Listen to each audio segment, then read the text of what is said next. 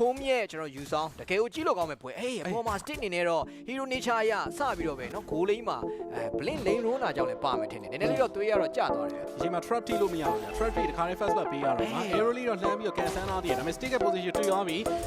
သွားပြီးတော့ base reset နိုင်တယ်တော့မှာ stage နောက်ဆုံး last တစ်ချက်တော့သွားလို့နေရဗျာဒါပေမဲ့ play အနေနဲ့ကတော့ပါဆိုလို့ချင်းခုန stick ကိုဒါ lane roll နာဒီဘက်ကကျွန်တော်ပြောတယ် YG ကရှင်းနေသူတို့ကအားလီပိုင်းအသေးလိုက်ချမှရမယ် trap เนาะ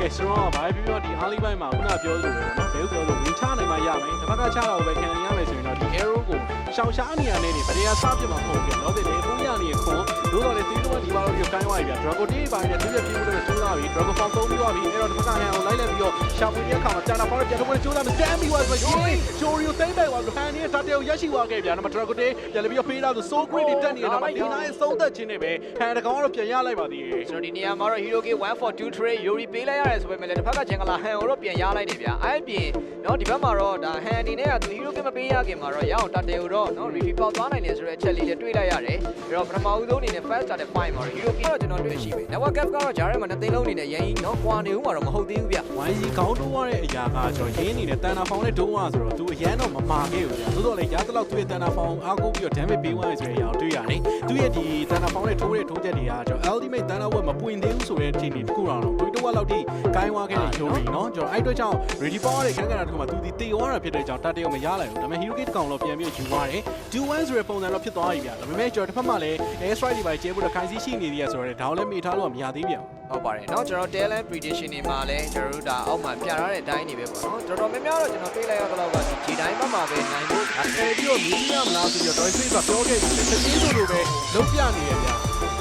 ကဲအဲ့တော့လောလောဆယ်မှာတော့ပွဲရလဲ10မိနစ်ကြော်ဝန်းကျင်လောက်တော့ရောက်သွားပြီကျွန်တော်နှစ်သိန်းလုံးအနေနဲ့ကတော့အားလီပိုင်းတွေက day fight ကိုကျွန်တော်မြန်မြန်ဆန်ဆန်ကြီးမြင်ခဲ့ရမယ်လို့ထင်ထားပေမဲ့လည်းလက်ရှိမှာတော့ကျွန်တော် YG အနေနဲ့ကတော့ပို့ပြီးတော့သူတို့ဒီဒါ10မိနစ်ကျော်တိုင်မြင်ပါပေါ့နော်ဒီ network gap ပေါ် Euro K အကုန်တာနေတယ်ပြောရင်းဆိုရင်လည်းပဲ stick အလုံးကတော့ကျွန်တော် blink ရဲ့ arrow အောက်ကနေမယုံထွက်နိုင်သေးပါဘူးဗျာ butterfly ပြန်ပြီးတော့ dragon day ပေးထားသေးတယ်ဆိုမလဲခွန်ဂျားရောရောက်သွားပြီဗျာနောက်မှာ fury dice ဘယ်သူမှတော့ပါမလာခဲ့ဘူးဗျာသူပြတ်တက်နေရဆိုမလဲတန်တာဖောင်းနဲ့ပြန်ထိုးရလုံးရက်တွေကြားထဲမှာရင်နေနဲ့ခွန်ကထပ်မှန်ပြီးတော့ဆုံးသက်သွားခဲ့ပြီ 4v5 ဆိုတဲ့ saturation မှာ melee မှာ inner tower တလုံးကထပ်ပြီးတော့ YG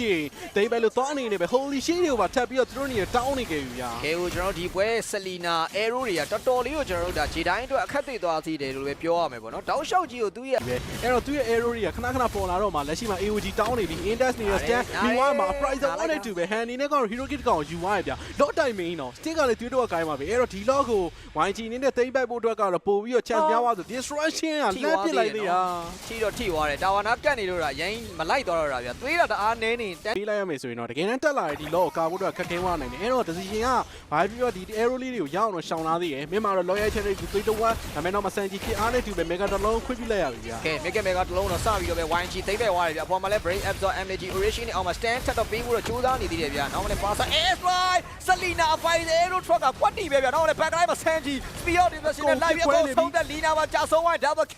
Sanji နောက်မှလည်းတောက်လျှောက်ရင်းနေနဲ့ torrent found ဒီအောက်မှာအကောင်းဆုံးထိမ့်ပေးထားသေးတယ်ဗျာ back line နဲ့မှလည်းတကောင်နဲ့ခွန်အကုန်လုံး tension ရှာရတဲ့ဆိုမဲ့ 4 man down နေတဲ့အနေနဲ့တစ်ခုမှာတော့ Jedi's ဘလို့မှတော့ defend ဖို့မဖြစ်နိုင်တော့ရင်လည်း game number 1 ပွဲစဉ်တော့ရန်ကုန် Gladiators